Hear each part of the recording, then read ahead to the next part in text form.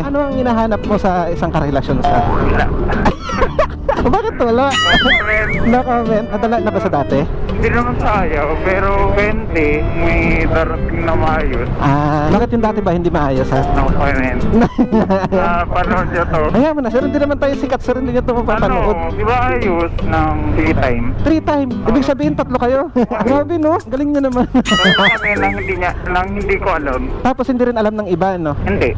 Grabe, no? Ano, pre, ako lahat magastos. Kasi alam ko ako lang. Nalaman ko, ayaw niya aminin. Nung una nalaman ko, pero pinatawad ko. Alam ko, saka aminado ko na, ano ko yun, mistake ko yun. Pero nung mga luwas sa pangatlo, hindi ko na alam. So, dapat nung una pa lang, namin yun. Dapat unang pinatawad mo pa lang siya, gingrab nyo na yung opportunity na yun, diba? Yeah. Tsaka ako, sir, alam mo, hindi wala ako sa yung pagkakamali, sir. Ay sasabihin mo na hindi mo sinadya. Kasi ang pag-cheat, sir, hindi siya mistake, choice siya, Oh, diba?